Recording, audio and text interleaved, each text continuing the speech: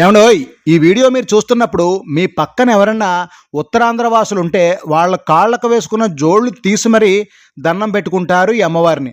ఆవిడెవరో కాదండి, పాతపట్నం నగరంలోని సుమారుగా 400 ఏళ్ల క్రితం మహేంద్ర తనయ నది ఒడ్డున వెలసిన శ్రీ నీలమణి దుర్గాదేవి అమ్మవారు.